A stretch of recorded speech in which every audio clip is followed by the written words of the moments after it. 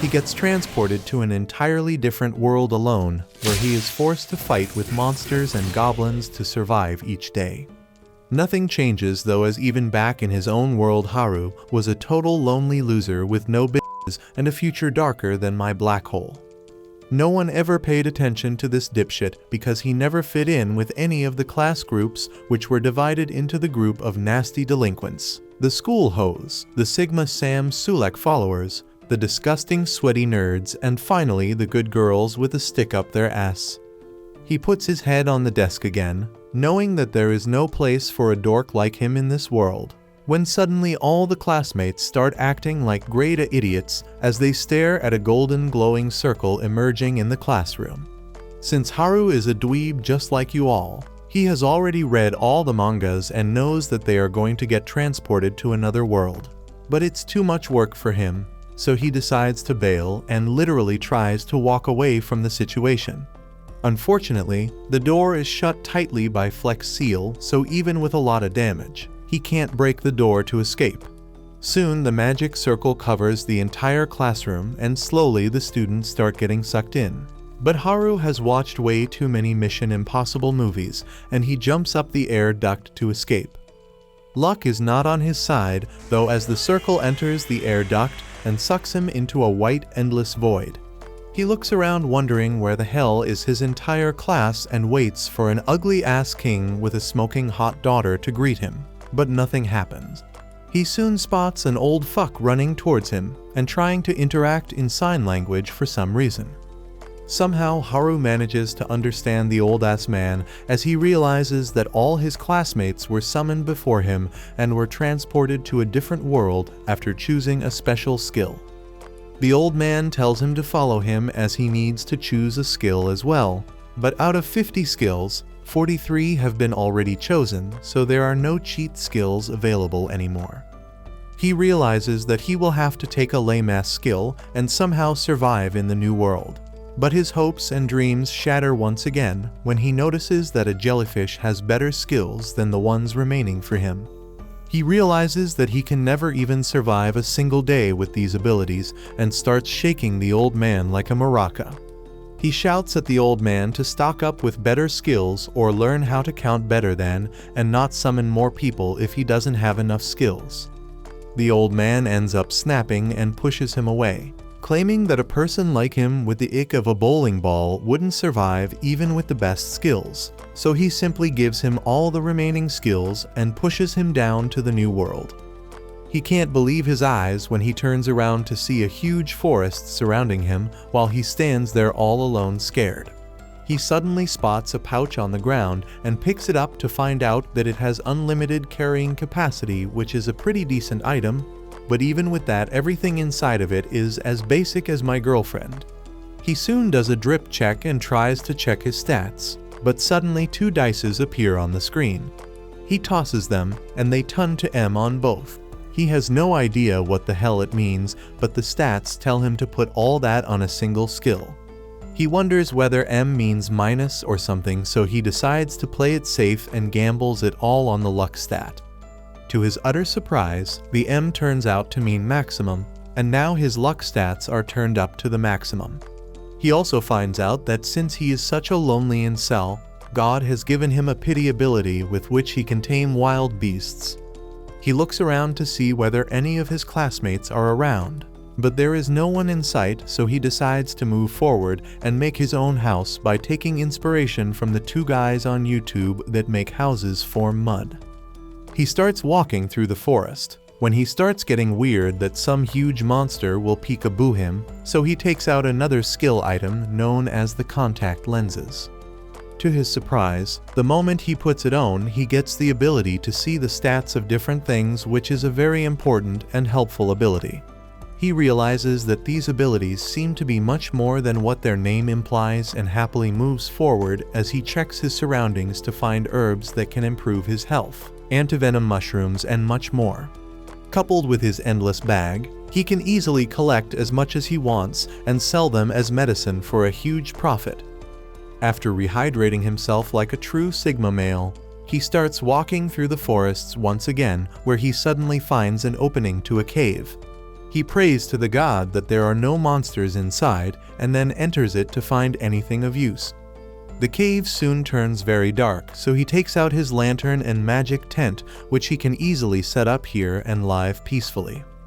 By the time night fell, Haru made himself more comfortable than Bear Grylls as he collects twigs and with his temperature magic, ignites them on fire, which will also keep the beasts away. He checks his stats once again only to find out that a bunch of his skills got leveled up, but he is too tired to check them out, so he ends up dozing off. The next morning, he wakes up with a jolt and checks the surrounding area to make sure he is still safe and realizes that his monster repelling techniques must have worked perfectly. He starts feeling hungry, so he lights another fire and takes out his pan before searing some mushrooms and beef jerky like a true food YouTuber.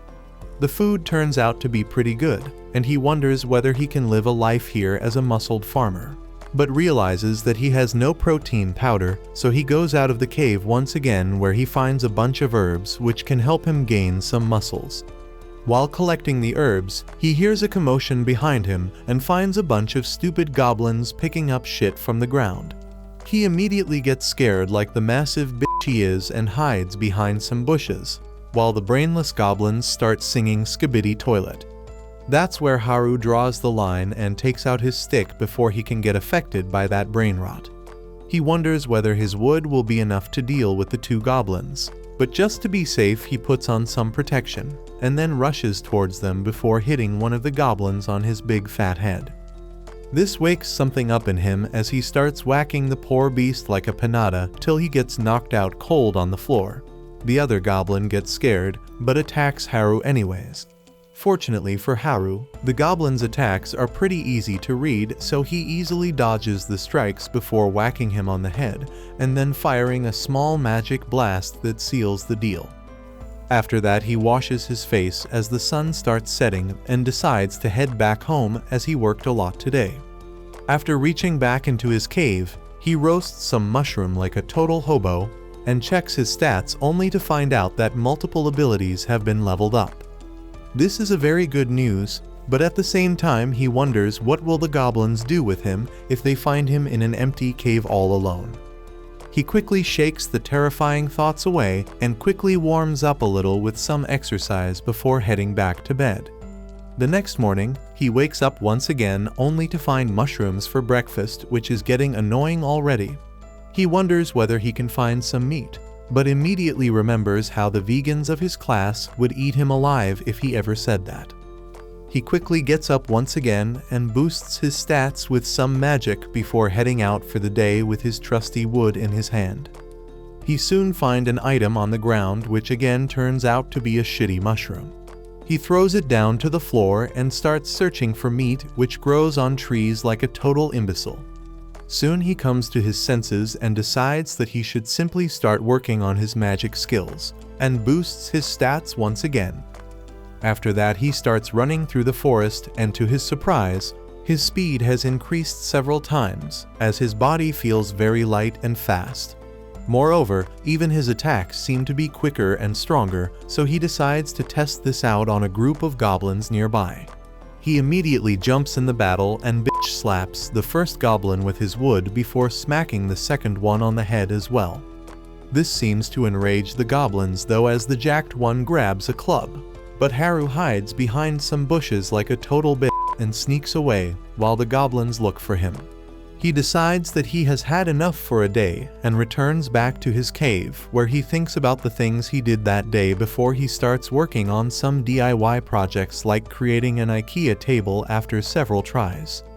By the next morning though, he has gotten pretty good at it and manages to assemble a stool and a coffee table all on his own.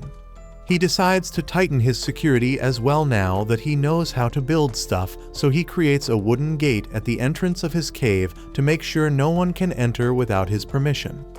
That night, he goes out to hunt some small game as he can't live without meat any longer. Thankfully for him, the luck is on his side as he manages to spot a rabbit running away in the forest. But his beastly desire to eat meat completely overpowers him, and he manages to catch it like a feral cat. He starts smiling like a monster at the thought of the delicious meat when suddenly he feels the presence of other people in the area and gets on alert mode. He looks around and, to his surprise and dismay, finds the group of delinquents walking towards him. This really scares him as he doesn't want to get involved with them, so he hides behind some bushes and starts walking away quietly. But his idiot senses start tingling again. He quickly uses his special sight abilities, which lets him see everything around him, and to his surprise, he spots the class thoughts walking towards him from one side, while the average Sam Sulek enjoyers and the creepy nerds walk from the other side. He decides that he wants nothing to do with them, when he suddenly spots the vegan girls led by the class president. He lets the bunny go and wonders whether he should meet with the class president since she has been nice to him and he has known her since first grade. But he stops himself with sheer will as he thinks about how amazing it feels to be his own boss, and he decides that he will conquer this world alone. While celebrating his incel status, he ends up getting carried away and makes some noise which immediately gains the attentions of the delinquents. Scared that he will get discovered and wedgied, he immediately jumps into the bushes, hiding away from the delinquent. The smug cunt, however, notices that something is wrong and immediately walks over to the bushes to check. But thankfully a bunny saves Haru, while the delinquents turn away bored and leave. He decides to follow them towards a riverbank where they all sit down and start talking about everyday things that guys usually talk about. Haru is disgusted by their fatherless behavior and realizes that the class rep is very sensible and won't ever fall for guys like these. Suddenly, he notices that the delinquents have grabbed one of the nerds named Tanaka and are using him as Google to get all the answers about their abilities. They soon head upstream to find the rest of the classmates, but Haru is not interested in that, so he returns back to his cave and starts cooking up some shrooms while checking his stats. He notices that his loner skill got leveled up because he decided to stay away from his classmates, but even after this he is still level 3. This is probably because of his skill known as the Master of None, which is basically ADHD as he can't focus on leveling up a single skill. But at the same time he is pretty good at almost everything. The other skill named Blockhead, however, is a total mystery to him as it just sounds like an insult. He decides to get rid of his anxieties by stress, eating like an average American girl, and heads back to sleep. Later that night, he is unable to sleep as someone is making a lot of noise outside, so he heads out, expecting to find the delinquents. But instead, he finds the nerds in an all-out battle against the goblins. They seem to be as skilled in martial arts as Joe Biden, which makes Haru chuckle as he wonders whether he should help these dipshits out. This all changes though when he checks their stats, only to find out that they have amazing cheat skills compared to his leftover skills and are much higher level than him as well. He remembers that his class is filled with top students, whether it be athletes, smart nerds, or children of celebrities, which makes him the only average guy in the class. He decides to head back to sleep as the nerds can defend themselves, when suddenly he feels a presence which puts him on alert mode. He turns around and notices 2 goblins creeping up on the nerds from behind, ready to shove their clubs up their asses, but Haru feels bad for them and decides to lend a helping hand. He immediately jumps in and whacks away both the goblins with a single swing of his thick stick, which knocks the goblins off. The nerds turn around, surprised to see Haru here, but they thank him for his help while Haru leads them back towards his cave. The nerds are shocked to see such an amazing cave, which is completely spotless and filled with all kinds of useful items and not even a single anime body pillow. They ask how the hell did he manage to do all that, and Haru replies that he knows earth magic and some other low magic skills which helped him set it all up. He then asks the nerds what happened to the other classmates, and this seems to silence everyone. The nerd with the glasses looks down before telling Haru that they are on the run right now. Haru is surprised by this and asks what he means. He explains that the day they got transferred into this world, all of them were in shock as they couldn't believe what the hell was happening, but the nerds quickly understood the assignment as they realized that they are in an alternate world and have cheat skills. The bitches captives were crying and the hoes were feeling bored, but the class rep was trying to calm everyone down. The delinquents noticed that the nerds were not as scared of this sudden change and threatened to beat them up if they didn't tell them everything they knew about this world. But before they could do anything, they get surrounded by a bunch of goblins. All the hoes started crying, and even the delinquents started acting like a bunch of bitches as they scrambled back into the corner. But this was the exact moment every single nerd in the world waits for, and the nerds took charge. They immediately take control of their abilities and used their knowledge about fantasy worlds to easily defeat the goblins. The average Sam Sulek fans decide to help, and together they manage to defeat all the goblins in the area. The class rep quickly took charge once again and led all of them into a clear area near the riverbed where they could actually see any danger approaching them. Soon after that, the nerds helped everyone understand the basic, and they all set up camps while the class rep distributed work between them. Everything would have gone well if the entire class worked as a single unit. But in reality, the hoes were the first who decided that they don't want to set up tents and work, so they left on their own. Realizing that leaving was an option, the delinquents decided to ditch them as well, while the class rep tried to stop all of them but failed miserably. And slowly, the entire class got divided into their own groups, and they all went their own ways. This left the class rep along with the nerds and a handful of other students who tried to work together as a team, but because all the others were so incompetent, the nerds were forced to take most of the work, including the battle against the goblins and making sure that their camp didn't get raided. They also wanted to raise their levels as quickly as possible because they wanted to be safe from the two most dangerous skills which can control everyone. Unfortunately, both of the skills were taken by the delinquents who can't be trusted, and the only way to escape that spell is to have high level of magic resistance. The delinquents quickly learned about this as well, and to counteract what the nerds were doing, these useless wastes of oxygen started leveling up as well to make sure that their skills reign supreme so that they can take control of everyone else. The nerds told this plan to the class rep, who decided to train and get leveled up as well. Finally, after a couple of days, the delinquents managed to learn the mind control skills, and to their surprise, they conveniently found the class rep walking nearby. These worthless degenerates immediately try to use their spell on her, but the class rep had other plans and tased the shit out of them, forcing them to the ground. The nerds helped carry them back to the camp where their plans were revealed, and so the delinquents were kicked out of the group. Unfortunately, this was not the happy ending they were expecting, as these zero-ick losers decided to attack their own classmates and started burning down the camps and chasing after the nerds to teach them a lesson. The entire camp was destroyed as no one dared go against the delinquents with the mind control abilities, and this really broke the nerds who worked so hard for the camp. Moreover, the class hoes started showing their honus as they blamed the nerds for everything, as they shouldn't have picked a fight with the delinquents when they couldn't back it up. Slowly, the entire class turned against them, and only the class rep spoke up for them.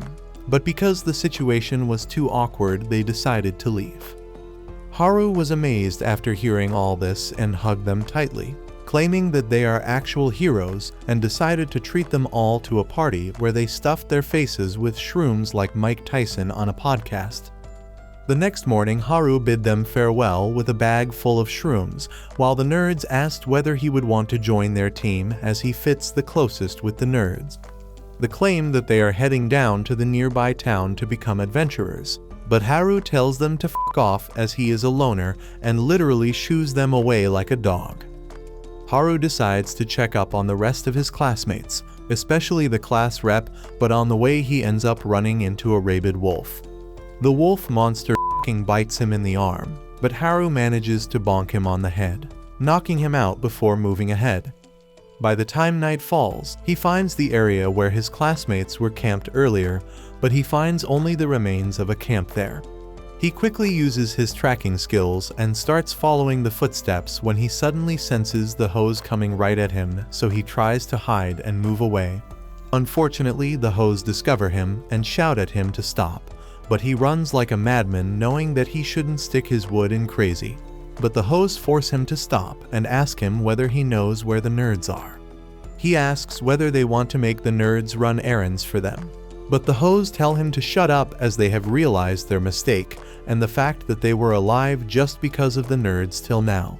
He tells them to let it go as the nerds are long gone by now, and the hoes can only chase after them if they know how to satisfy all the monsters on the way. He tries to make sure that they don't chase after the nerds and die a pointless death. But to his surprise, the hoes start crying for no reason. They start screaming that they simply wanted to apologize, and the captain of the hoes begs Haru to teach them how to survive till they can find the nerds.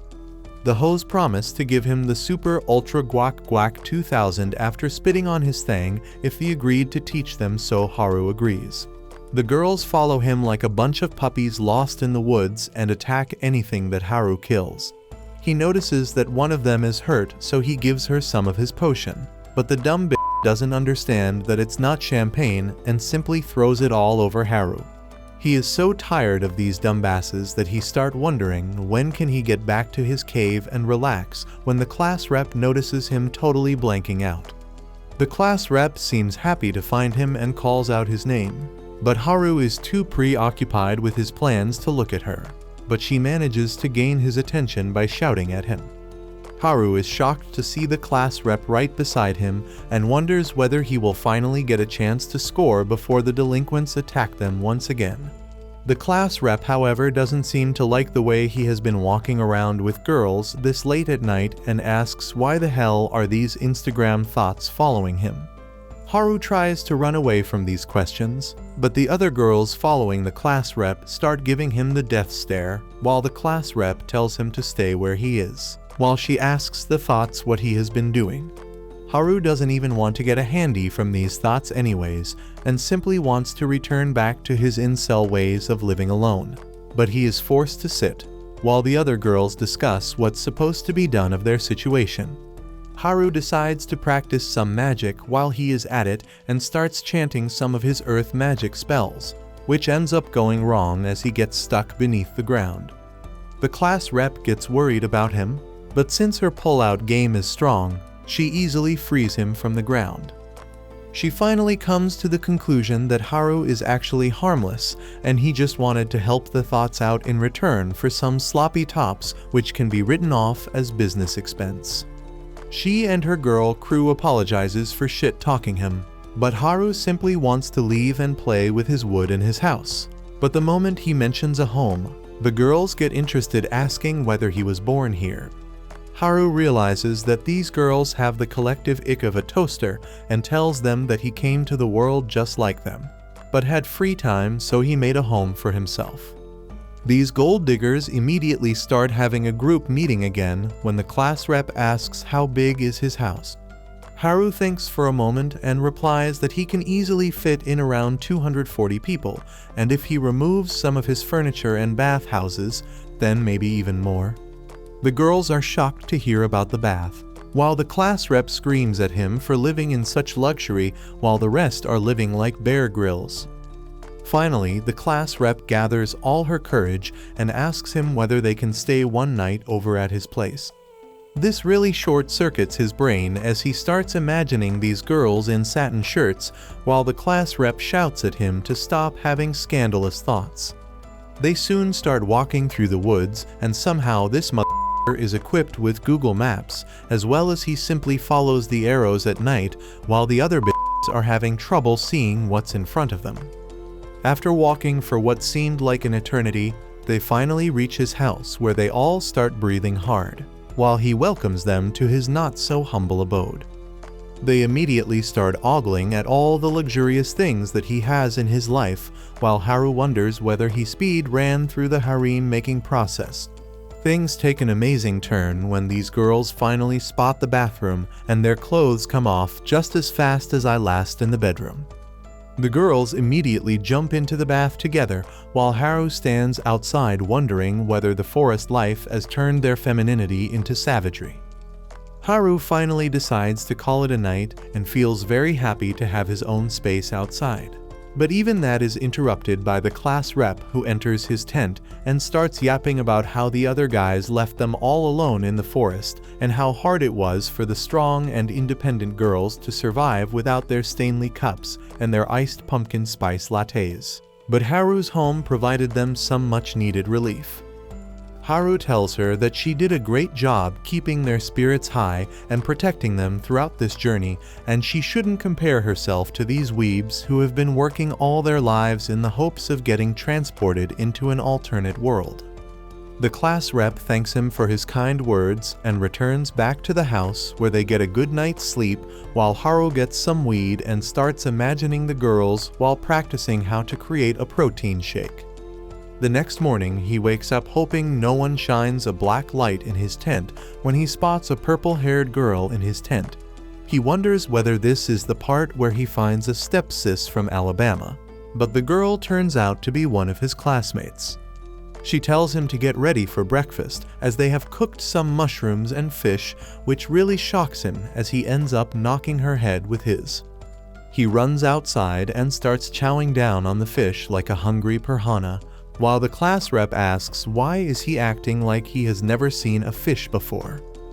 Haru tells the bitch to shut her trap, as he has been going to the river every single day and watching the fishes while eating his shitty mushrooms. The class rep asks why didn't he catch them, but Haru replies that the fishes are slicker than his wood last night, which makes it very hard to catch them. He asks how the hell did they catch these fishes, and the class rep replies that they have experience handling slippery things and also they have magic.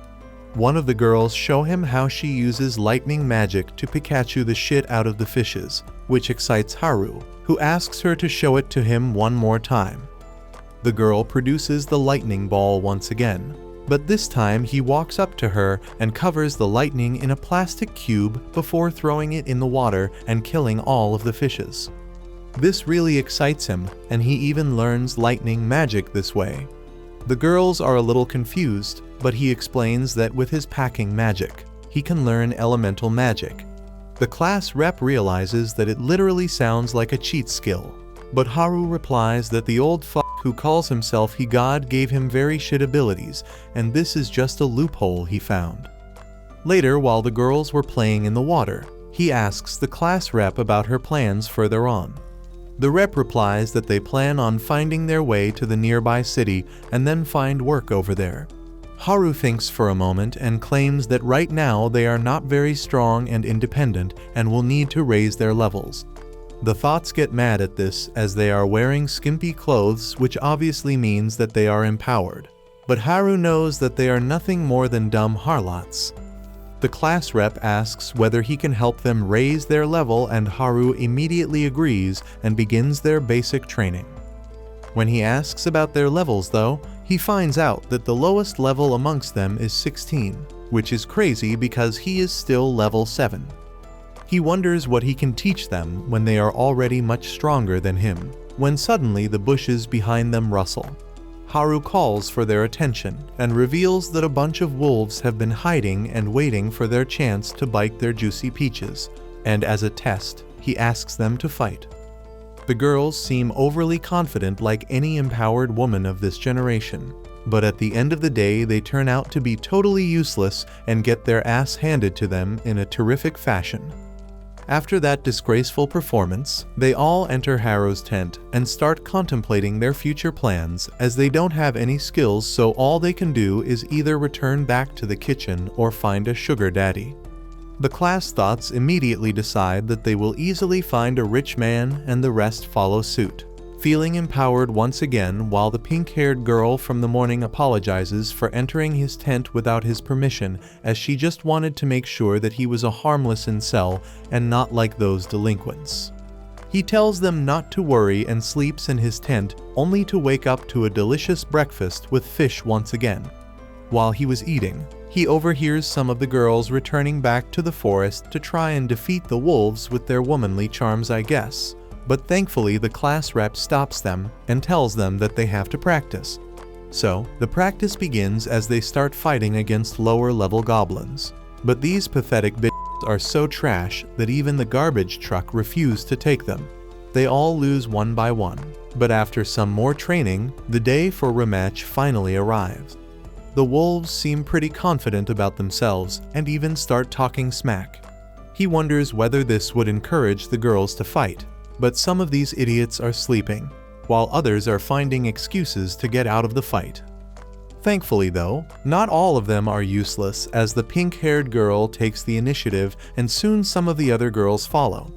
Even though their execution was spotty, they managed to defeat the poor wolves pretty easily and party afterwards, even inviting one of the wolves to their room tonight for a rave. Haru lays down thinking that his job with these dumb hoes is done, but the class rep soon arrives and asks when are they leaving for the nearby town. This catches him by surprise, as he never planned on going anywhere, but these bitches be crazy and they force him to accompany them to the city.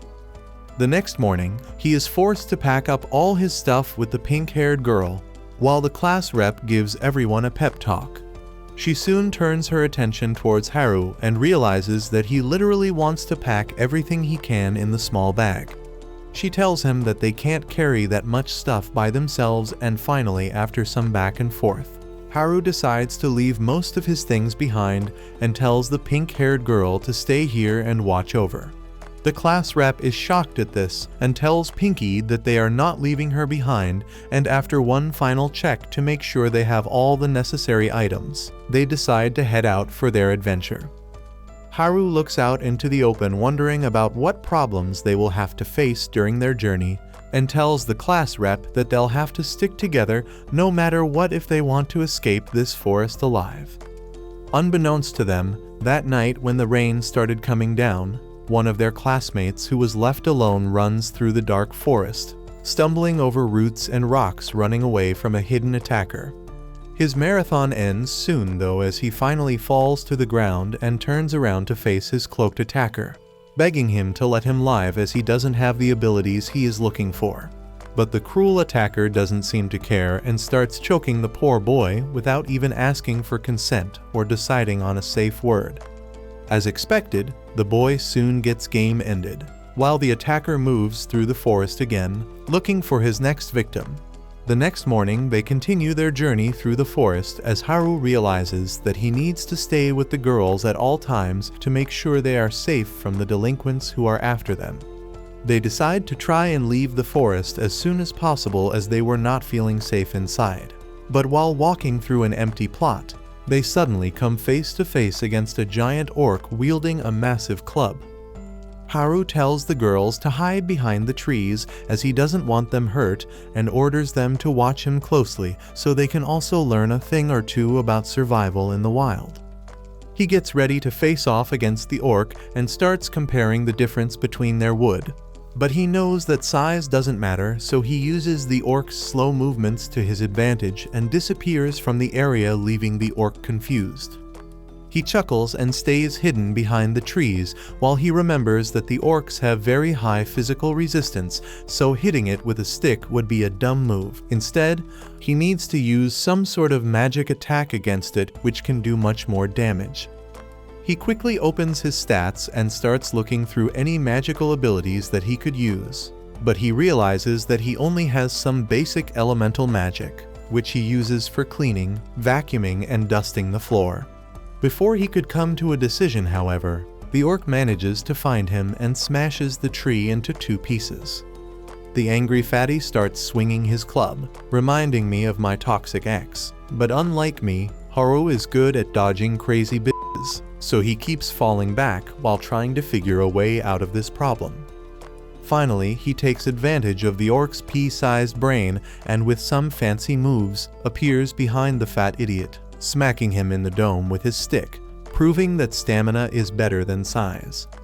The orc slowly falls to the ground unconscious, while the size queens watch from behind the trees, shocked to see the fatty on the floor.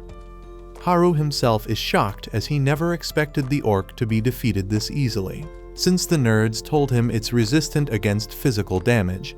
The girls seem annoyed since they can't learn anything from this, as he didn't even use magic. He apologizes and promises that the next fat idiot they meet will be killed only using magic. It doesn't really take them long to find their next opponent, as a stupid orc was minding his own business walking towards his skibidi toilet. When Haru decides to rizz up the girls with his unlimited aura and creates a small fireball in his hands, he expected the magic to not be very effective since this is the first time he is using it. But when he shouts Kobe and throws the ball at the orc, the ball explodes in its face, killing the beast with a single headshot. The girls again are shocked, as there is no way they could learn anything from that display of power. Regardless of that, they have a pretty successful day, so by the time night falls, they create a campfire and start doing their natural jobs by creating a kitchen and cooking food. Meanwhile, Haru stays busy creating traps around their campsite and making sure their tents are protected by both monsters and any other enemy. Suddenly, he detects someone coming their way, so he immediately jumps into action and hides behind a tree. He realizes that the intruders are humans and expects the delinquents to come through, but the intruders turn out to be the jocks looking for some creatine in the wild. Haru is relieved to see them as compared to the delinquents. They are much nicer. They seem to be surprised to see Haru in the wild and claim that they were looking for the girls as they wanted to warn everyone about a new dangerous ability that they have just found out about. Haru is immediately interested while the roided-up jock tells him about a secret ability known as hijack, which is even more deadly than the mind control abilities of the delinquents. They claim that they can't trust anyone now, so Haru decides to prank them and pretends to have the hijack skill. The jocks, however, simply laugh it off, claiming that even if he had the hijack ability, it won't matter as he would stay shut in inside his house. Haru takes offense at this and claims that he actually has an ability called servitude, but the jocks claim that it's 2024 now and they don't vibe with the whole slavery thing even in the South. After that, they bid Haru farewell, telling him to be on the watch against the person with this hijacking ability as they walk off into the forest to look for some protein shake. The next morning, the girls get ready to get some weapons training, but while they were busy doing makeup, Haru decides to go into the forest to let one out, but the class rep ends up following him. She stops him and asks where he was last night, and Haru honestly replies that he met up with the jocks who warned him about a hijack ability. The class rep immediately looks a little pale as she starts squirming before bowing her head down and apologizing for hiding something important. Haru is not a dumbass though, as he already guessed that she probably has the hijack ability. The class rep is shocked to see Haru look so calm, as she asks where did he find out about it. Haru replies that he is not as dumb as those creatine-guzzling numbskulls and deduced that much from her behavior. The class rep still looks confused as hijack is a pretty scary ability, as it gives her the power to steal anyone's skill after killing them. Haru tells her not to worry too much about it, as the nerds know what they are doing as they already are trying to seal the mind control abilities of the delinquents. But even after knowing about her hijack abilities, they didn't bother changing anything, which simply means that they trust her. Haru feels the same as he tells her that he is pretty relieved to know that she has this cheat ability, as he knows she won't use it to hurt anyone.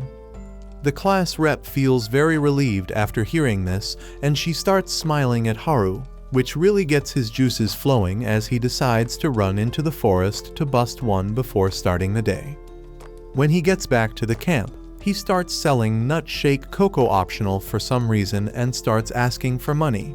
One of the thoughts immediately agrees to sell her body instead, and Haru obviously agrees to the deal, but the class rep immediately shuts it off as she is not going to let anyone get pimped out. The thought, however, feels pretty bummed as she really wanted that nut shake, so Haru decides that they should better start walking to get their brains running again. They start making good progress when Haru suddenly spots the river up ahead and tells the class rep that he will be going ahead to scout a bit while she makes sure that the group is safe. The class rep wanted to stop him as he went into the forest this morning as well and came back with suspicious coconut shake. Haru, however, doesn't listen and uses his super speed to launch into the forest and then starts using his magic infusion skill to make his body lighter. This gives him the ability to be more nimble as he jumps onto trees before launching himself up in the sky to get a better view. He quickly realizes that they have covered a lot of ground, but this dumbass forgot that he has no landing gears, so he cartoonishly tries to float in the sky, but obviously fails and comes falling down to the ground, barely surviving with 1 HP. By the time he returns back to the camp, it's already nightfall and the class rep gets pissed to see him all bruised up. He calmly tells her that he fell down from a tree, while she screams at him to stop hitting his head again and again as he already has very low IQ. Usually, Haru doesn't have to deal with bitches and their opinions, so he tries to calm her down with some more suspicious looking nut shake cocoa optional. But the class rep refuses and walks away, while the class thought immediately runs up to him, asking for a buckache. Because of his scouting though, they found a much faster way through the forest the next morning, and after some bitch crying, some water sports, they end up running into a bunch of orcs. The bitches turn out to be super adept at running away as they immediately crush poor Haru beneath their shoes to run away. Finally, after dealing with all the issues and traveling through the forests for several days, they manage to get out of the woods and get the first sight of the beautiful city in front of them. Haru suddenly notices that he seems to have unlocked a new skill known as airwalk. He decides to check it out, and to his surprise, with this ability, he manages to easily walk in the air as if he is climbing stairs. The class rep is shocked to see this, but Haru tells her to calm her tits as he checks out the area to make sure there is no danger around. He climbs high up in the sky and uses his supervision to check far and wide when he suddenly finds some NPCs armed and armored, fighting against a bunch of monsters. He returns back to the ground and tells the class rep about it, who immediately claim that they must help those guys. Haru isn't interested in having any competition for the girls, so he refuses, claiming that these guys could very well be bandits. But the class reps pleads with him to help as if they are not bandits. They might die a painful death. Haru realizes that these bitches be crazy, so he tells them to chill out while he goes alone and checks the issue out. The issue still remains that the NPCs are pretty far away. He decides to use his ingenuity as he starts combining different spells with magic infusion, as he makes his body very light, and then uses wind magic for some boost. Together with those spells, he starts using air step and jumps from one step to the other with an incredible speed. His gamble ends up working out as he realizes that now he can travel to faraway places very easily. Unfortunately though, the dumbass class rep ended up getting pulled in by his magic as she struggles to hold his cape.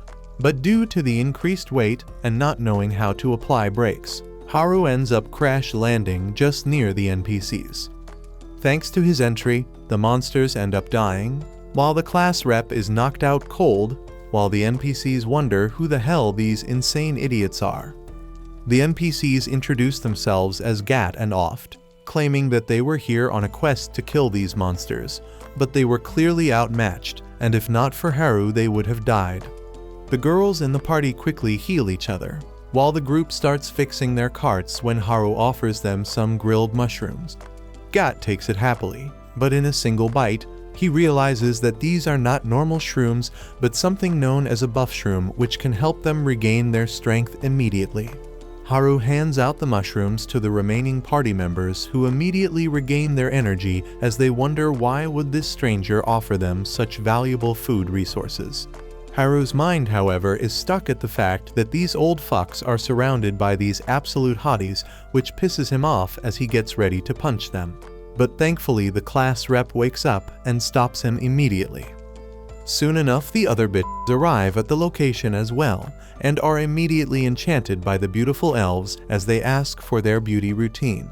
For helping them survive, the NPCs decide to escort them all the way back to the city, which is a huge accomplishment as the girls happily enter the city, waiting for their next adventure. Haru is pretty happy to see that the girls seem delighted by the new city as they run around the town circle, checking every single shop while Haru wonders whether he should leave, since his job here is done.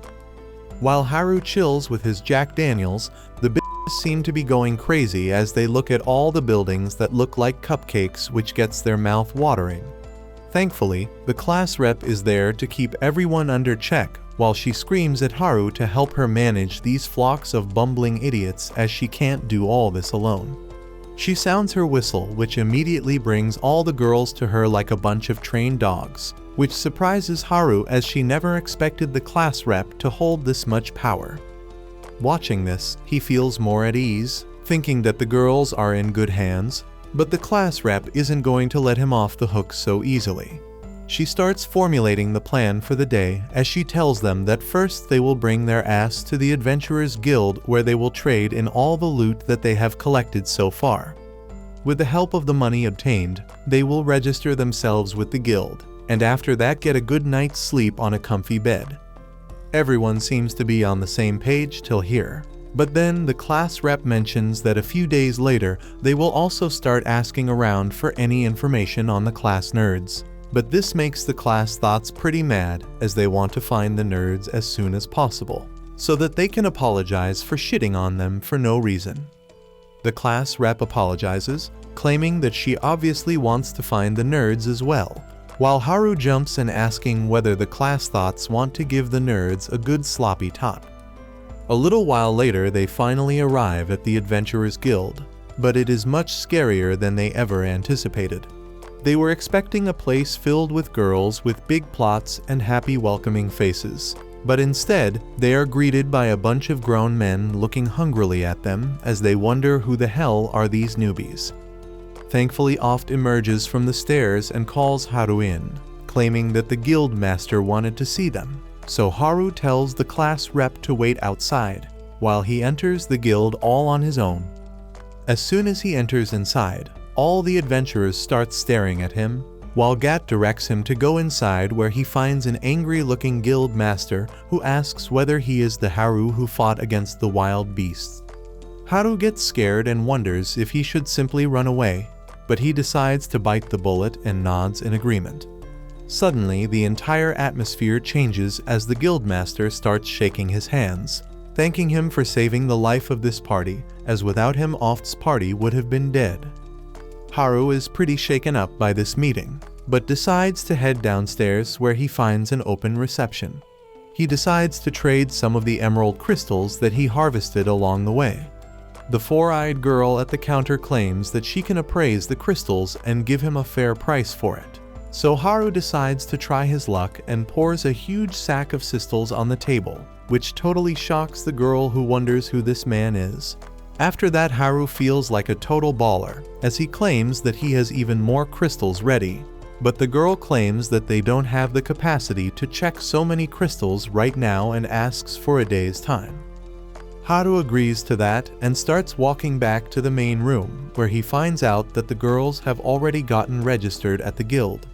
The adventurers seem very surprised as almost all of the girls are already level 30, which they were not expecting at all. But Haru knows that he has trained the girls enough that they can't even defeat a level 40 adventurer easily. Finally, one of the class thoughts pushes Haru inside to get registered as well, and even though he didn't have any plans on working as an adventurer, but he still decides to try his luck as this is the time where he can impress all the girls and kiss his incel life goodbye. He proudly enters the room where a blonde girl checks his stats, but calls him a loser, claiming that you need to be at least level 10 and also be in a party to even register at the guild. This totally breaks poor Haru, who falls to the ground as he starts begging for a second chance. But the girl tells him to grow up and start looks maxing, as that is the only way he can ever get into a party with his ugly face. She tells him that he can only start adventuring solo once he reaches level 20, and he won't even be called a proper adventurer till he reaches level 30. He realizes that there is no way he can get a party because of his loner skill, and he can't even go solo as he is not even close to level 20. This totally breaks him as he wonders whether he will always stay a loser. The class rep feels really bad for Haru, so she cheers him up, and they all soon make their way towards the hotel to spend the night. After a long time, they finally get to sleep on proper beds, which is all they wanted. But Haru still stays awake in his own bed, as he felt much more comfortable sleeping in the forest. The next morning, everyone goes outside to explore the town since it is pretty safe. And even Haru decides that he should just get the money from the emeralds and head back to the forest, as the girls should be safe now. But unfortunately, the girl at the reception alongside her superiors all apologize to Haru since they don't even have enough money right now to pay for all his emeralds. The guildmaster walks out, claiming that he brought so many emerald crystals that they didn't even have enough manpower to count it properly, let alone pay for it. So he asks Haru whether he would like to get paid in installments. That is totally fine by Haru, as he loves capitalism and receives a hefty bag of $5,000, which totally shocks him.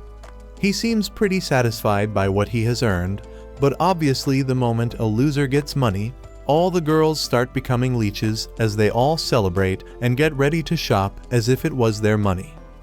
Gat, on the other hand, is a true brother who tells Haru that he should ditch these hoes and get some actual ones, as he knows a place. Immediately, Haru's mouth starts watering since he has been practicing for No Nut November and edging for 23 days over his skibidi toilet.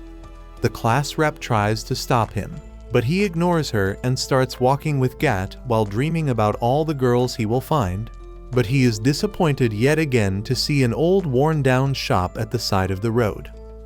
Haru looks pretty disappointed, but Gat promises that this shop sells only the best items found in the dungeons. Haru soon starts looking through all the items on sale and realizes that Gat wasn't lying, as these items are definitely pretty unique and interesting. This sends him on a shopping spree as he starts trying on different weapons, armors, and magical items while he puts them all in his cart when, after shopping for an entire day, his eye falls on a special necklace. He asks the weird guy what this necklace does, and he replies that it can fuse multiple items into one. Haru thinks that it could be pretty useful when the class rep arrives at the spot, telling him to chill out with his shopping and head back to sleep. Unfortunately, Haru ends up slipping and accidentally fuses all of the items together. The weird guy/girl is horrified at this as she cries, claiming that he can't fuse before purchasing as all those items are worth over $60,000. This shocks Haru as he goes into depression, while Gat tries to negotiate the price a bit, while the class rep apologizes, claiming they only have $50,000. A couple of days pass by after that, and Haru is still depressed as he is broke now, and there are still so many things he wanted to buy. He doesn't even go out to hunt for more crystals, as he can't go on quests before turning level 20, and he can't even try to merge with the girls as the class rep will catch him and put him back in his towers. After thinking for a while, he decides that now is the time to leave the city life behind, so he grabs Harry Potter's invisibility cloak and walks right past all the girls in the area. After leaving the tower, for some reason this giant dumbfuck removes the cloak and starts running like a crackhead across the streets and decides to parkour his way out of the city walls. But he is not as cool as he thinks he is and breaks his nuts on top of the walls, while the sports girls from his class watch him slowly slither down the wall in pain with the knowledge that he will never become a father. His plan fails spectacularly and he is sent back to the tower, and the next day the class rep tells him to stay back and be a nice boy as a punishment for trying to run away. Haru pretends to agree with her orders and promises to stay put. But the moment they are off, he quickly gets his cloak and simply walks through the city once again. But this time he keeps his cloak on. He simply walks past the giant dim sum-looking mother at the gate and soon exits the city walls and starts running towards the forests. On the way he spots a destroyed village and a bunch of goblins nearby, which he ignores since he is no hero and keeps making his way towards the jungle. On the way he also spots a carriage being robbed by a bunch of men, and he stops for a moment wondering whether he should help, but realizes that these things probably happen every day in this world and tries to ignore it. Before he could run away though, one of the robbers throw a spear at him which he dodges while the others get ready to attack. He tells them that he just wants to be alone. But they start making fun of the way he speaks, which brings back some old memories, and in his anger, he literally starts roasting them. The robbers soon decide to fight back and start using their special abilities to attack him, which could have been dangerous. But these idiots were just bots who could only spam a single spell and soon tire themselves out. Soon enough, a bratty girl walks out the carriage and introduces herself as Mary, the noble girl, and thanks him for saving her from the bandits, and begs him to accompany her for the rest of the way as she is scared that more bandits might attack her. In return, she offers him a guac 2000, and even though Haru wanted to return back to the forest, he can't skip on an offer like that and agrees to escort her through the dangerous forest, wondering what monsters are waiting for him along the way. Soon, they reach the city, and Haru doesn't get what Mary promised him. He becomes impatient and thinks that he should have not accepted her request as he paces up and down the waiting room in her castle. He decides to go back to the forest immediately, but Mary comes down after changing into some fresh clothes and acts upset that Haru is trying to leave even though she is planning to treat him very well. He has no choice but to go along with her, and to his surprise, her way of saying thanks is better than he expected. She treats him to a full-course dinner that would make vegans choke and die. He begins deep-throating the meat like a savage, and Mary is irritated by his lack of manners. Anyway, she rewards him with a pouch of money and a VIP identity card that can allow him to enter and exit the city as he pleases. However, much to her irritation, Haru doesn't pay her any attention cause he is busy gulping down the food. The next day, he gets surrounded by the class rep and other girls who want to know where did he spend the last night. Haru tells them that he got invited to the house of this town's mayor, and assures them that it was not because he was trying to escape to the forest. The girls believe him and then leave for the forest themselves to level up and get some resources. Once they are gone, Haru gets ready to leave the city as well, and this time, he is confident that the identity card is going to get him through everything. Before leaving, he buys some stuff from the weird guy's shop and some food for his comfortable loner life in the forest. He also writes a note for the class rep so that she doesn't get angry, saying that he is going to look out for the jocks since he is worried about them. Since it is not completely false, Haru thinks that this would be enough to keep the class rep from looking for him. With that, he heads to the gate and shows the big dim sum his identity card to get out of the city legally. He feels at home in the forest with the wild creatures and monsters living freely. He misses his home and thinks that he can finally become a loner like he was born to. Again, just then, an orc attacks him from behind, but Haru easily knocks it out with his staff. However, he finds it odd because orcs are not supposed to be found in the outer parts of the forest. He thinks that something fishy is going on here and walks deeper into the forest, where he finds a huge blood stain on the ground. Haru panics a bit, wondering if this blood belongs to the nerds, which is unlikely because they are masters when it comes to things in another world.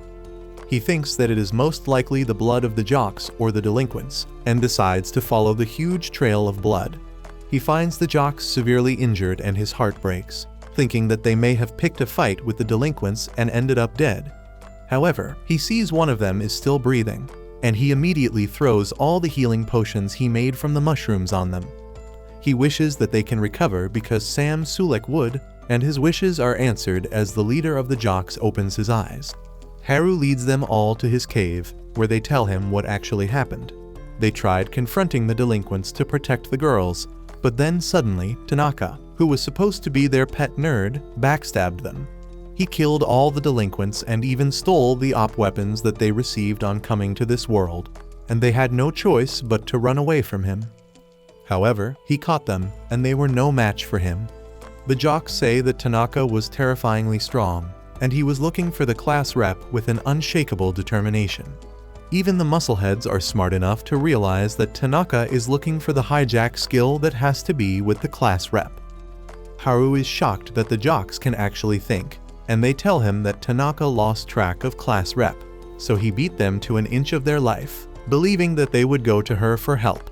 However, the jocks were ready to sacrifice themselves, and instead, they crawled towards Haru's cave so that he would be lured there, and Haru would be able to do something about the situation.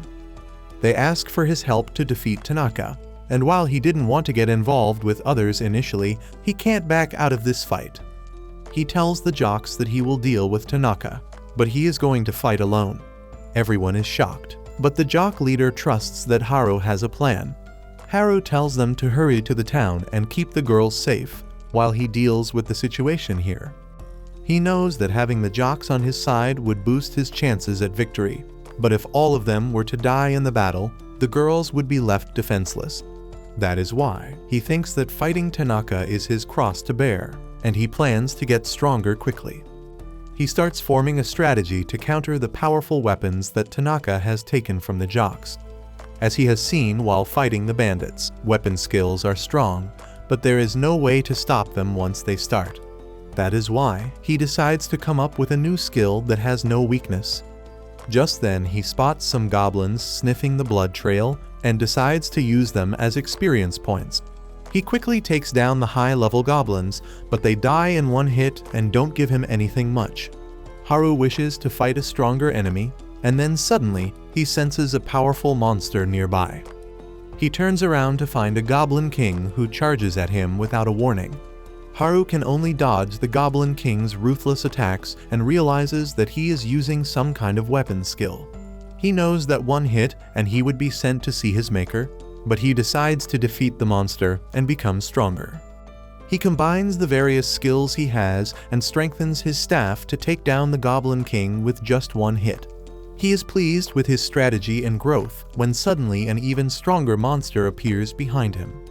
It is a level 50 Goblin Emperor, and Haru realizes that he can't do anything against it if he fights it head-on. So he does exactly that and charges at the Goblin Emperor with the new Gambit skill he has developed. He manages to hit the Goblin Emperor, but his attack did almost no damage. The monster gets back up and then walks like Jackie Chan in Drunken Master, before suddenly attacking Haru, just grazing his face. Haru keeps dodging the flurry of the Goblin Emperor's attack and then lands a counterattack as he sees an opening. He managed to bring down the monster's health bar down considerably, but it uses a healing skill to restore its health and even increases its strength. The monster then sends a flying slash at Haru, sending him crashing into the trees behind him. He is tired and tattered by now, but he gaslights himself into thinking that he is just being a wimp because the jocks survived even worse injuries than him, so he should be fine at this level. He gets back on his feet and attacks the Goblin Emperor, and after fighting all night long, Haru finally manages to defeat it and reaches level 11. He lets out a victory roar to celebrate and then heads back to his house in the forest. He checks out his stats after leveling up and finds out more about how to use his skills. The Gambit attack that he created earlier has been registered as a skill now, and Haru is confident that it has no weakness, which will come handy in his fight against Tanaka. Later that evening, as Haru is standing outside his cave, Tanaka comes to face off against him. He is disappointed because he had hoped for the jocks to lead him to the class rep, but instead they brought him to the loner of the class. He says that it is a shame that he couldn't find the class rep even after everything he did, including manipulating the dumb delinquents and dividing the class into separate groups. Haru is furious and asks what did he do to the other boys, and Tanaka says that he killed them a long time ago. He doesn't even consider Haru to be a threat and tells him to chill out with his useless skills in the forest. Haru points his staff at him, and Tanaka tells him to get his dirty and smelly stick away from his face. That's what she said. Haru tells him that even though he is a loner, he will protect the class rep, and Tanaka grins menacingly as he says that he will kill him first in that case. Tanaka unleashes his full power and sends some rocks flying at Haru as a warning. He then says that back in the White Room, when everyone was selecting skills, he went last and made sure that all the leftover skills were trash. He smirks, asking Haru if he can defeat him with those worthless skills, and then sends some bigger rocks at him. Haru gets ready to defend against them, but then Tanaka uses his unique ability called Tweak. As a result, Haru's body starts tweaking, and he finds it hard to move. Despite that, he dodges the rocks somehow, and then Tanaka summons crystal spikes right under his feet. Haru evades them too, but he is exhausted now because his body is feeling much heavier. Tanaka admits that he is better than he thought, and then asks him how long has he been suspecting him. Haru replies that he doubted him from the very first moment. He knew that Tanaka would either go with the nerds or become a loner, but he was shocked to see him with the delinquents, and thought that there must be some reason behind it. After that, Haru asks him when did he start acting on this plan. Tanaka reveals that he thought of it as soon as they were teleported from the classroom. He missed out on the hijack skill, but then he saw the tweak skill that can manipulate the target slightly, so he chose it. He manipulated the stupid delinquents, and the rest is history. Tanaka says that they have talked enough, and ties Haru's foot with a vine. He then shoots a powerful fire spell at him, thinking that this will be enough to kill him. But to his surprise, Haru absorbs the flames into his staff thanks to the power of the herb that fused with it. He immediately goes on the counter to strike Tanaka down while he is still in shock, but it turns out that Tanaka was just acting. He pulls out a sword from his ass to block Haru's attack and then pushes him back. Next, he summons all the weapons in his arsenal, saying that he will finally get to try them all. He charges at Haru with a sword and quickly changes his weapons with each strike.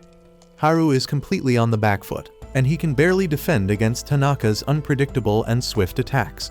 He tries to hide in the bushes, but gets hit with a powerful attack that sends him flying to the other side of the river. Haru realizes that he is not strong enough to face Tanaka, and then wonders how can he use so many weapons and powers at once. Tanaka comes there and asks him to give up, but Haru gets up and asks if he is using the copycat skill to copy the abilities of their classmates. Tanaka affirms and adds that he was planning to use this to copy class rep's hijack ability and then kill her to get his hands on the real deal. After that, it won't take him long to kill everyone and steal their abilities as well. Haru realizes that he is against his toughest enemy yet, and Tanaka starts attacking him with different weapons. Haru tries to fight back, but only hits an illusion, and the real Tanaka is behind him. He thinks that this tactic won't work, so he points his staff to the ground, and Tanaka thinks that he gave up. He charges at him, but Haru dodges his attack by aping Goku's Ultra Instinct, and then asks Tanaka if he can use one copied skill only 3 times. That hits a nerve and Tanaka begins to panic.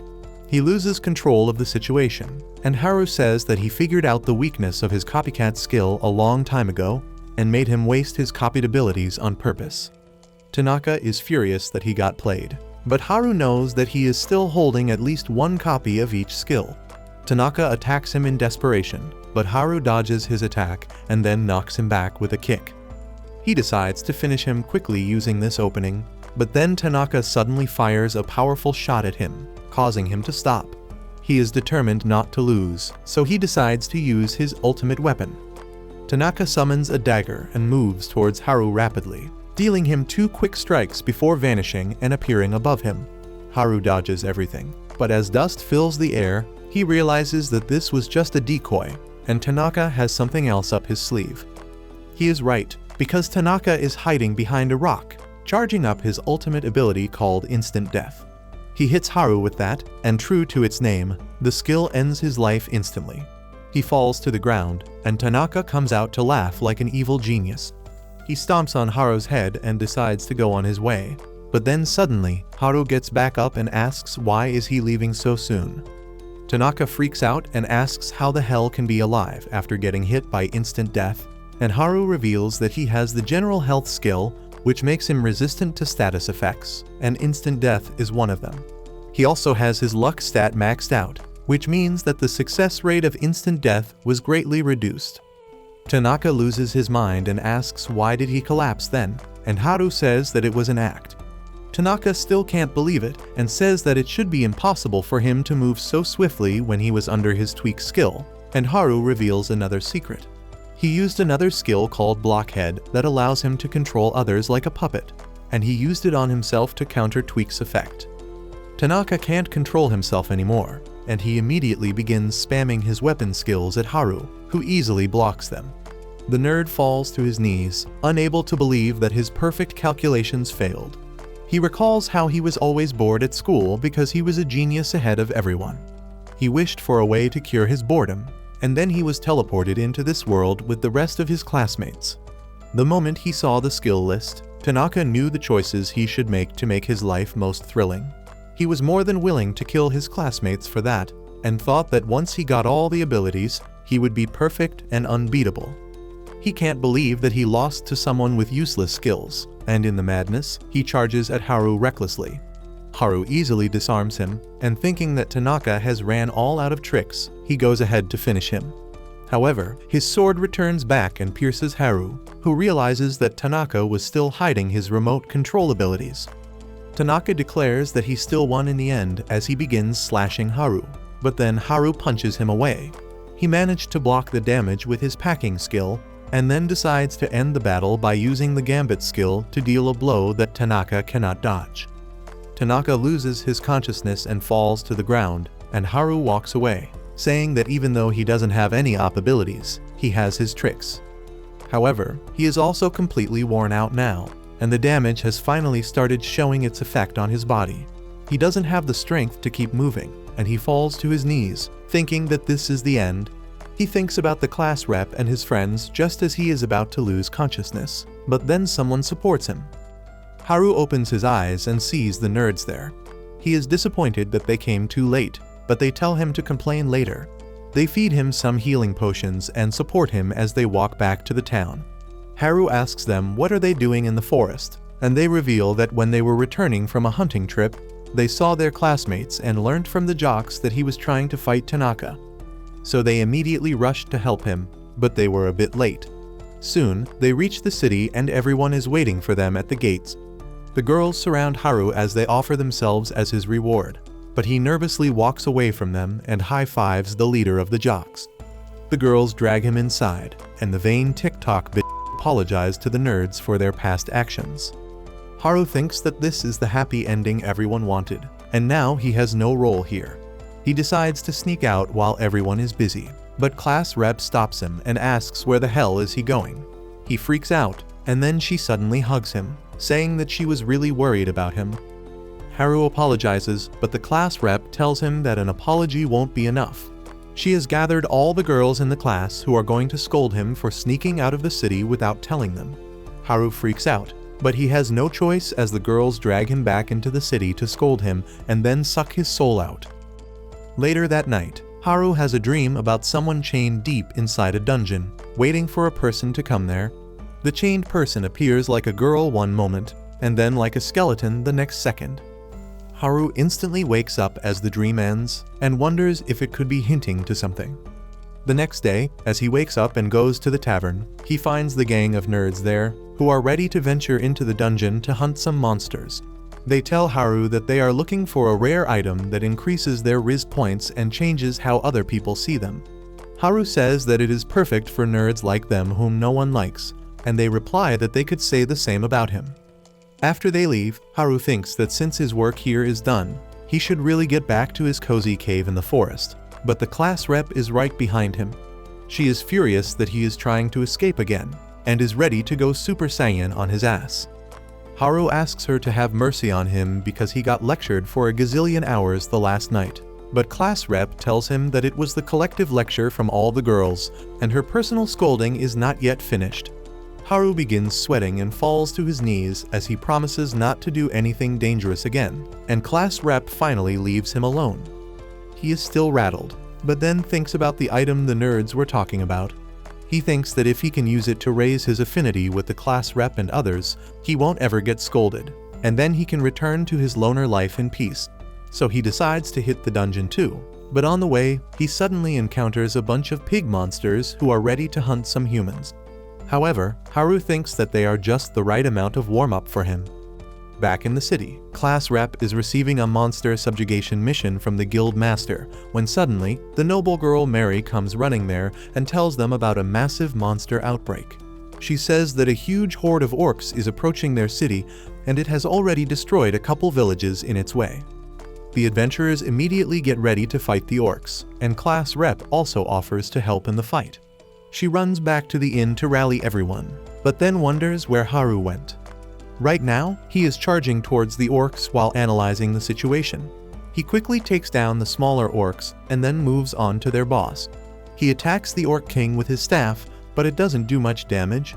Haru spams the orc king with powerful attacks till it is knocked out cold, and then resumes walking to the dungeon. He soon finds the dungeon and uses his stealth skill to enter it without alerting the guard outside. The weeb inside him is really pumped up about exploring the dungeon, and he quickly finds a treasure box. However, it has only junk in it, much to his disappointment. Haru tries other treasure boxes as well, but all of them are more useless than my college degree. He begins to think that he should have asked an expert before coming to the dungeon. That immediately reminds him of the weirdo who sells special items found in the dungeon, and he decides to talk to him about it. Haru runs back to the city, where the adventurers and the girls are standing firm, waiting for the orc attack. They have been waiting since midday, and now they wonder if the orcs are really coming or not. Suddenly, they spot someone coming through the dust cloud, but it is just Haru. Class rep is shocked to see him, and she immediately runs to him. He asks why is everyone at the gate, and why have they a lit bonfire? Class rep tells him that a nearby village was attacked by monsters, and now this town is in danger too. She says that while they were here trying to protect the town, he was goofing off somewhere without being aware of the danger. Haru gets nervous as he thinks that another night of scolding awaits him, when suddenly, he hears one guy talk about the orcs. He nervously reveals that he might have wiped out the entire horde of orcs on his way, and this news leaves everyone dumbfounded. While everyone is impressed by his strength, his classmates are furious because he did a dangerous thing right after he promised them that he would not do it again. Later, they return to the guild where Mary and the guild master thank Haru, but class rep is still bitching and moaning about him doing dangerous things. The weak bitches tell Haru that they are lecturing him for his own good, because monsters have been growing stronger and more violently lately, which is an early sign of a monster stampede. This time, even the guild master and Mary ask him not to do anything dangerous, and he promises them, just like politicians promise things out of their ass every 4 years.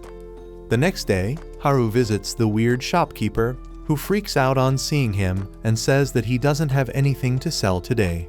However, Haru tells him that he is not here for items, but for information on an item that can increase one's affinity. Voldemort's cousin tells him about the pheromone rings, which gets Haru's blood racing to his crotch, and he asks him where can he find it. Voldemort Light says that the rings will probably be in an area of the dungeon that has not been explored yet, and those places can only be found from the 50th floor. Haru is excited, but the weirdo warns him that each floor has a boss monster that needs to be defeated to reach the next one. The weirdo is just trying to sell him some potions by scaring him, but Haru says he will order some from Temu. However, the nerd gang hears this, and they immediately tell the girls about his plans. They are more determined than ever to stop Haru from risking his life and using a risky item. They angrily follow him and confront him about the pheromone ring. Haru cooks up a story about looking for the Solomon ring that turns one into a Disney princess and lets them talk with animals, but no one is buying it. So he just runs to the dungeon, and the guard does nothing but tell him not to go inside. The rest of his classmates follow him, and class rep tells him to stop running or he will get caught by a trap. Haru is confident in his maxed out luck stat, but then suddenly he touches a wall that crumbles and he falls right through the hole. He keeps falling for a very long time and uses earth magic to turn the ground bouncy like he had Luffy's Gear 5. Thanks to that, he doesn't get hurt from the landing, and then begins looking around to figure where he is at. In his struggle to explore the dark region, he suddenly learns the spatial awareness skill along with trap detection. He immediately uses both the skills to scan the area and finds that he is on the 101st floor, when the dungeon is said to only be 100 floors deep. He is terrified that he may face an extreme strong boss monster here, but still walks through the hallways full of dark mana. He reaches a room at the end of the hall, and when he opens the door, a strong gust of wind caused by an overwhelming mana almost blows him away. Haru wonders who could have such a strong mana, when suddenly he sees the chained skeleton he saw in his dreams last night. He keeps walking towards the skeleton monster and finds that it is the Dungeon Emperor who rules the entire place.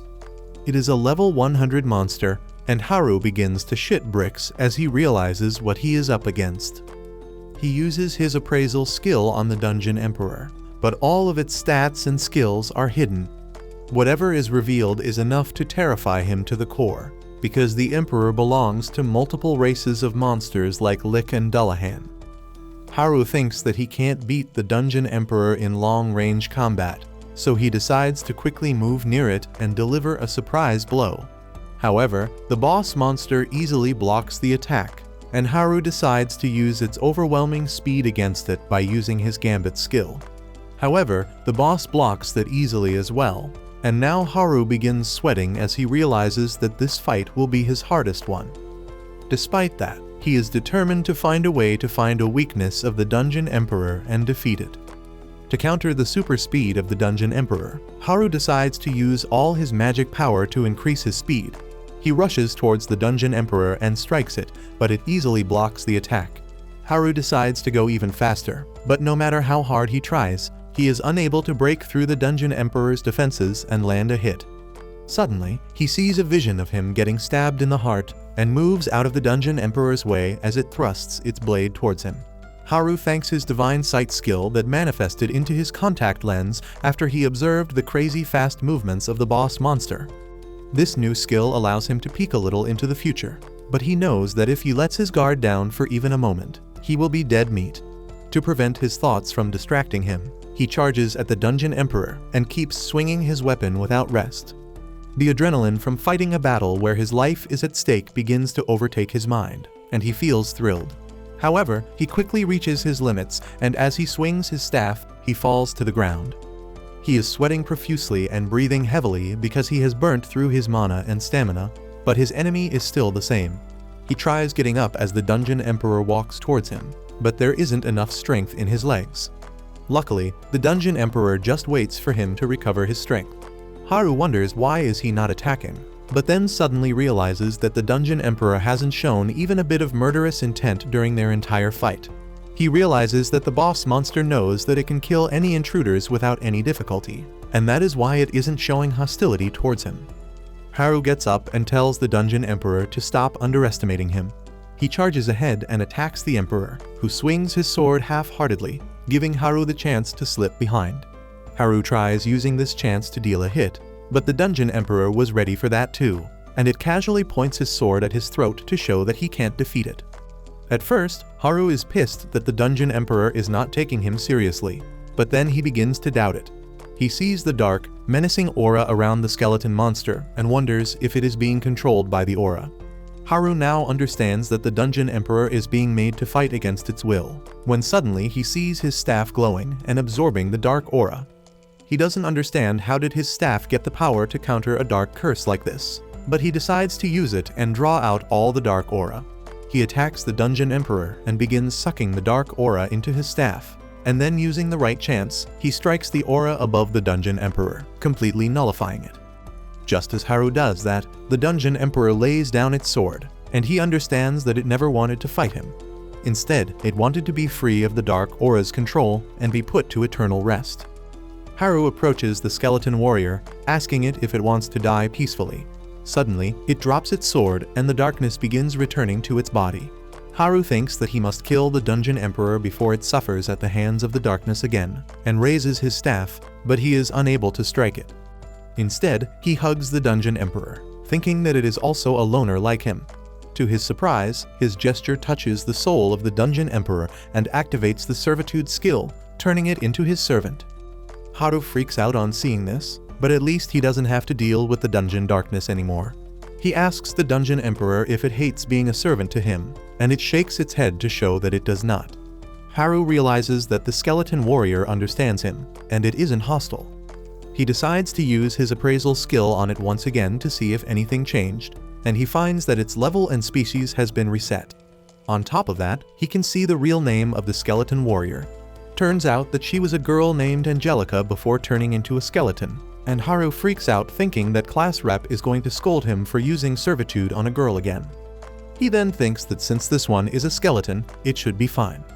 He decides to head back to the city with his new servant and finds a door that leads them to the 100th floor of the dungeon. Haru sees some stairs and thinks that they can easily climb up now, but then suddenly, the floor master appears before him. It is a level 100 living armor, and Haru loses hope because he is not in the condition to fight anymore. The skeleton warrior Angelica was trying not to kill him, but the living armor doesn't seem to be in the mood for showing mercy. Haru suddenly gets an idea that doesn't involve using stairs, and he uses earth magic to create a hole in the roof to climb up to the next floor. However, there are two angry level 99 minotaurs staring at him there, and they jump down to join the fight. Well, Haru has got the devil's luck, and the minotaurs jump right on top of the living armor, defeating it and taking enough fall damage that reduces their HP to just 1 point. He finishes them off with just one hit, and then Angelica points towards the armor, hinting that she wants it. Haru tells her to go for it, and she wears the armor that is too big for her. However, it magically readjusts to her size and even gets her 3 measurements right, much to Haru's delight. He decides to appraise her armor and finds that it is cursed, but that upsets Angelica because, like any other girl, she was expecting a compliment. She begins to march upstairs angrily, and Haru just follows her. Back at Haru's location, he has found the way to improve Angelica's mood is giving her his old robes so that she can look more fashionable. As she is fawning over herself, Haru's spider sense tingles, and he senses danger nearby. Suddenly, a level 98 lick comes there, and on appraising it, Haru finds that only divine magic works on it. The lick attacks him, and he barely dodges it before recalling that his staff had some sort of divine spell in it. He activates the divine power of his staff and pokes the lick with it, easily defeating it. On the next floor, Haru finds a bunch of poisonous moths, but he knows their very obvious weakness. He sends a fireball in the middle of the group of moths, and they are all attracted towards it. He then pours more mana into the fireball to make it bigger, wiping out all the moths at once. On the next floor, he finds the caterpillars that will turn into the moths one day, and luckily, they also have the weapon of their own demise in the form of sticky threads. Haru uses the thread and earth magic to create an earthen carpet and rolls it over the caterpillars, killing them all without any effort. However, his smooth winning streak is interrupted on the 95th floor as he feels an ominous aura all around him. Strong winds start blowing as he approaches near the boss, which is a level 100 living sword. Haru thinks it is cheating for the boss to be at a higher level than the floor, and it doesn't look it will be as easy to defeat as the previous bosses. The sword attacks them, and Haru quickly moves behind to its exposed back to defeat it. However, the sword dodges and launches a counterattack that shocks Haru. He somehow dodges it, and then one of the smaller swords also attacks him. He realizes that he can't keep up with this type of enemy, but he knows who can. So he tags Angelica and tells her to deal with the sword monsters because that is her field. Angelica releases her powerful aura as she draws her sword, and the living sword also unleashes its full power in response. Angelica charges straight at it, and Haru panics, thinking this is not the best strategy. To his surprise, Angelica easily overpowers the living sword and destroys it in one hit. Haru realizes that he was lucky that Angelica didn't want to kill him when they fought, but right now, she is his strongest ally. On the other hand, Haru's classmates have reached the 50th floor while looking for him, where they fight a terrifying 4-armed cyclops.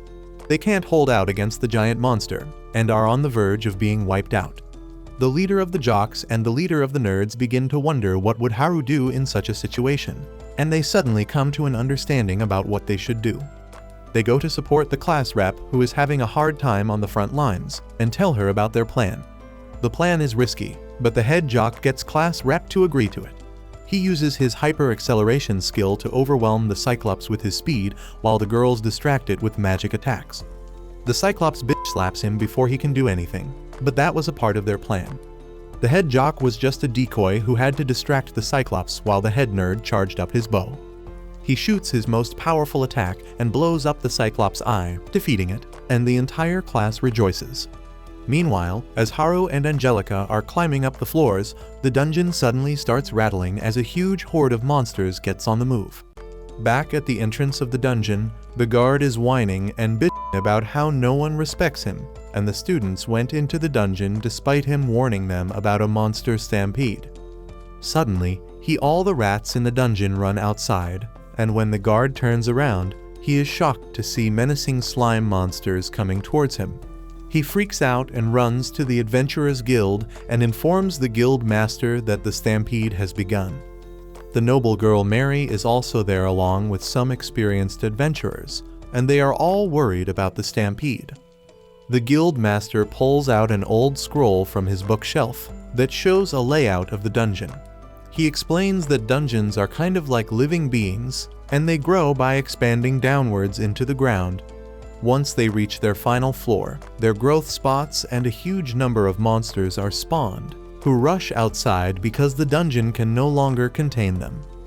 The scroll also says that the only way to stop a stampede is to kill the dungeon boss on the lowest floor, because defeating the boss will make all the monsters disappear. The adventurers ask who can even do that, and Mary immediately thinks of Haru. Suddenly, the earth rattles as the monsters begin attacking the city.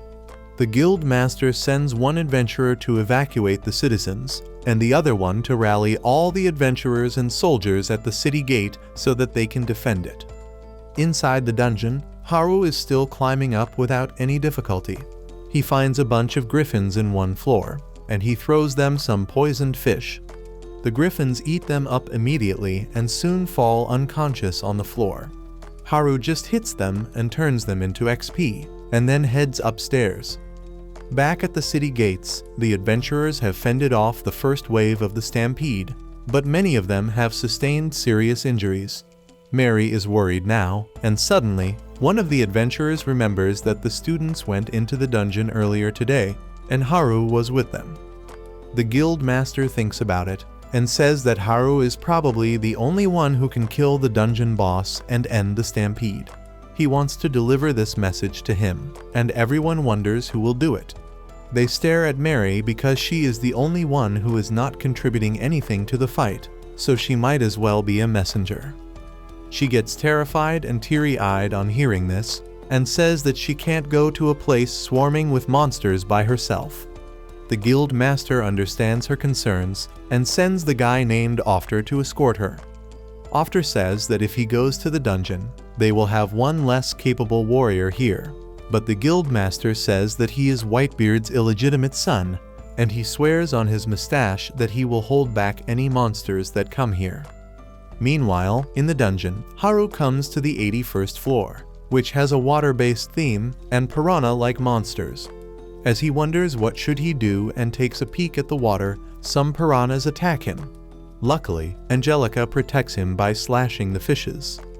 Haru recalls seeing these fish in the market, but they were frozen, so he uses ice magic to lower the temperature of the water, slowing down the fishes. He then uses the packing skill to freeze them in ice, and it is a success.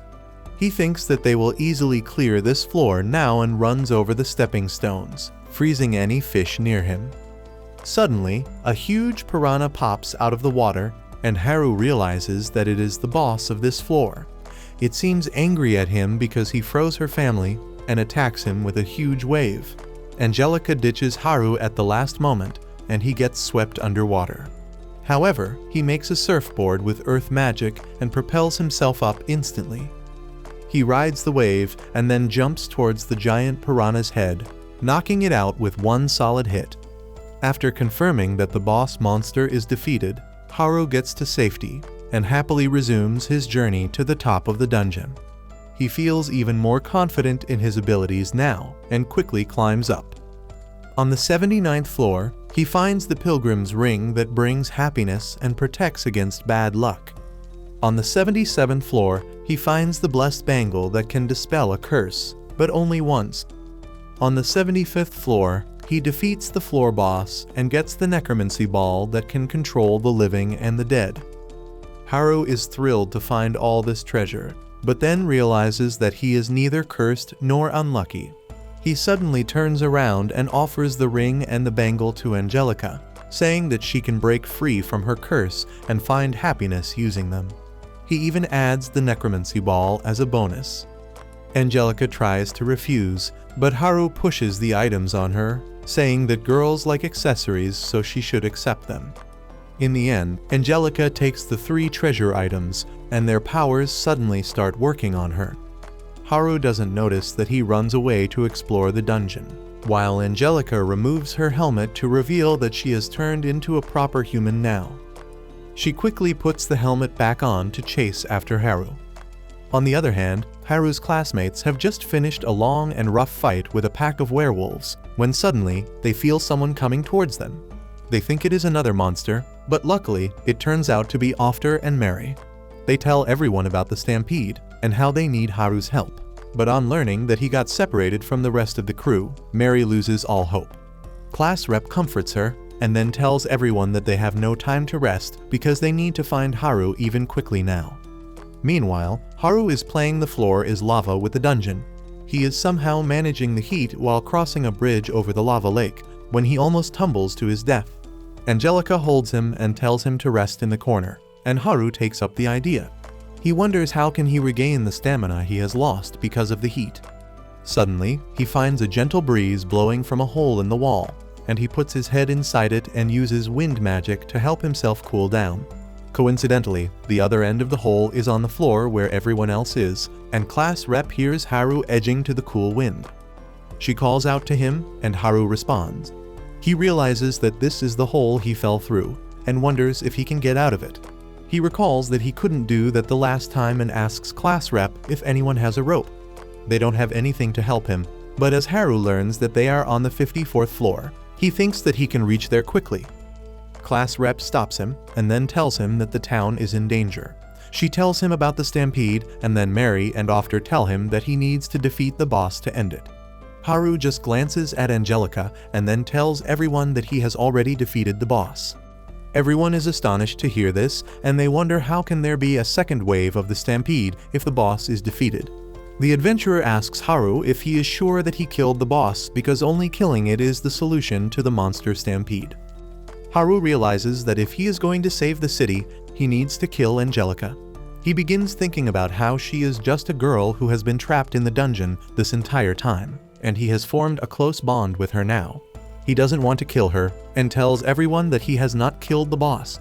He begins thinking of a way that can keep the city safe without sending Angelica to the afterlife. He decides that he will do whatever it takes, and tells Angelica that he is going to need her help.